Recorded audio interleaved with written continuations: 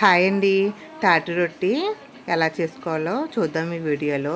తాటిపండు గుజ్జు తీసుకోవాలి. గుజ్జు ఎంత ఉంటే అంత ఇడ్లీ నూక తీసుకోవాలి. ఇడ్లీ నూక ముందు కడగకూడదండి, డైరెక్ట్గా తీసుకోవాలి. నూక కలుపుకున్న తర్వాత మనం బెల్లం కూడా వేసుకోవాలి. గుజ్జు ఎంత ఉంటే అంతే బెల్లం, అలాగే చిటికెడు సాల్టు రెండు బాగా మిక్స్ అయ్యేలాగా కలుపుకొని ఒక అరగంట లేక గంట పక్కన ఉంచుకోవాలి. అరగంట పోయిన తర్వాత ఇలా నూనె వేడైన తర్వాత ఓ పెనము దలసరిగా ఉండాలండి, మూకుడు కానీ. ఇలా వేసుకున్న తర్వాత 10 నిమిషాలు ఒక సైడు కాలిన తర్వాత మనకి ఇది మన అట్టులాగా తిరగబడదండి.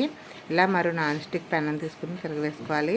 మరో సైడ్ కొంచెం నూనె వేసుకుని ఒక 10 నిమిషాలు ఇటువైపు కూడా కాలనివ్వాలి. ఇంతేనండి తాటి రొట్టి.